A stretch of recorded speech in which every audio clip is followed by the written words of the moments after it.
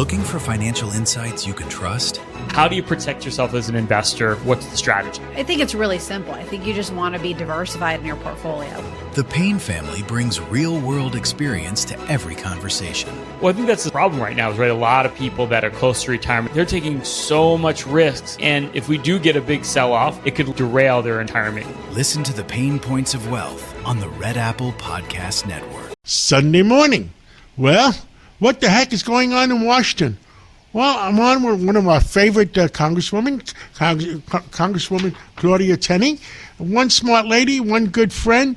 And Congresswoman, we're past the problem of funding for at least a few weeks.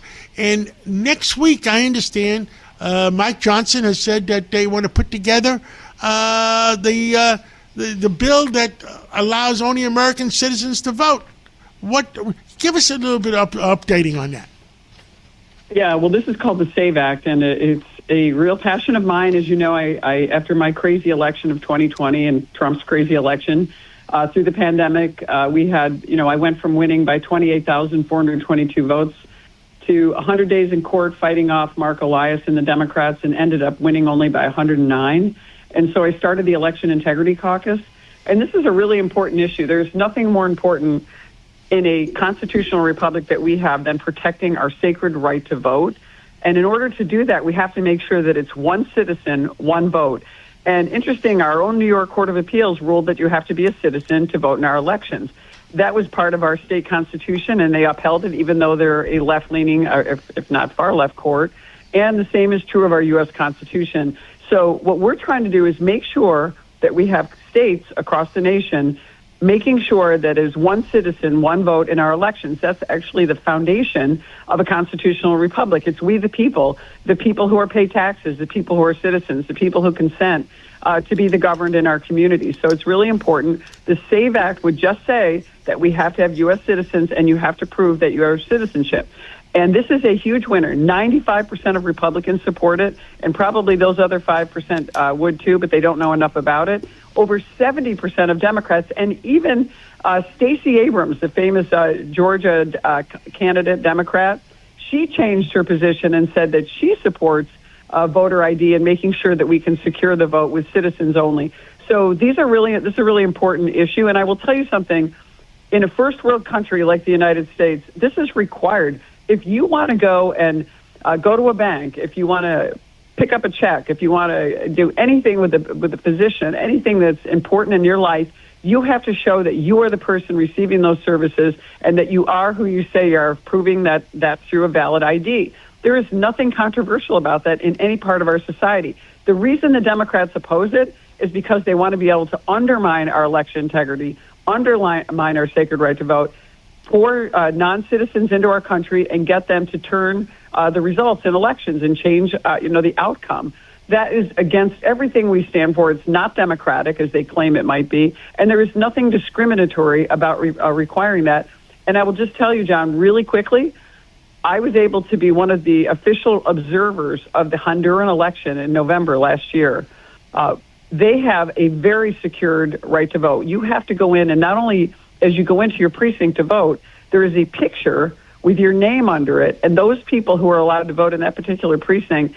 And when you go in, they use biometrics to make sure that you say you are who you say you are. You also have to provide a valid ID and proof that you reside in the district that you're voting in. And this is a third world country, by the way, who has a more secured voting than we do.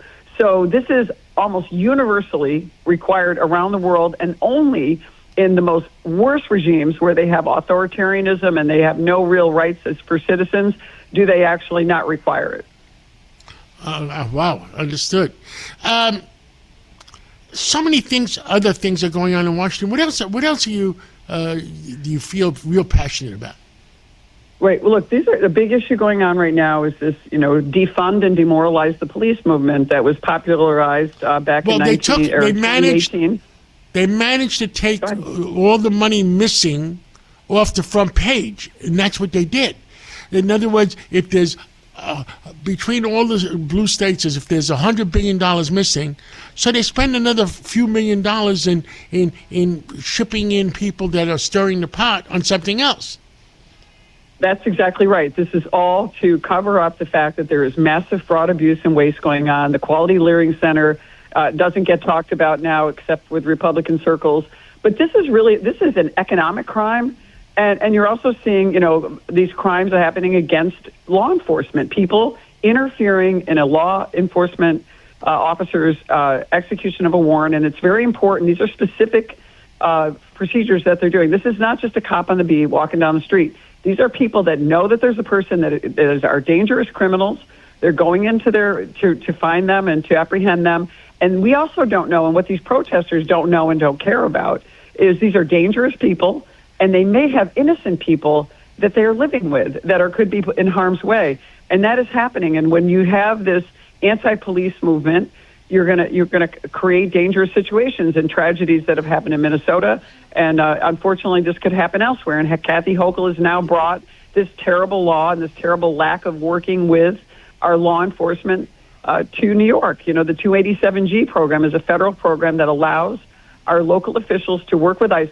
And you know why this was created? Because we had the largest 9/11 was the largest terrorist attack in our nation's history in our greatest city. And the 9/11 Commission, bipartisan, came out and said, our police need to work with each other. They need to be able to work with each other. And this is why the 287G program is there. Unfortunately, under Governor Cuomo, we passed a law that said that they can't work with each other. The DMV records can't be put out, and this makes it difficult. Now, Kathy Hochul is threatening some of the jurisdictions in upstate New York, particularly, and in Long Island, Nassau County, where Bruce Blakeman is the county executive, and our nominee looks to be possibly for governor. She is going after them when they're trying to keep their residents safe.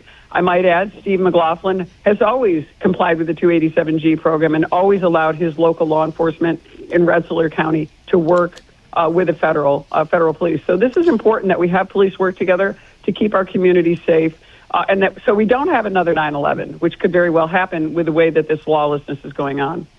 Claudia Tenney, thank you so much for coming on this Sunday morning. And I'm very passionate about both. All our law enforcement agencies should work together. Thank you so much. Thank you so much. Great to be on. Looking for financial insights you can trust? How do you protect yourself as an investor? What's the strategy? I think it's really simple. I think you just want to be diversified in your portfolio. The Payne family brings real-world experience to every conversation. Well, I think that's the problem right now, is a lot of people that are close to retirement, they're taking so much risks. And if we do get a big sell-off, it could derail their retirement. Listen to the Pain Points of Wealth on the Red Apple Podcast Network.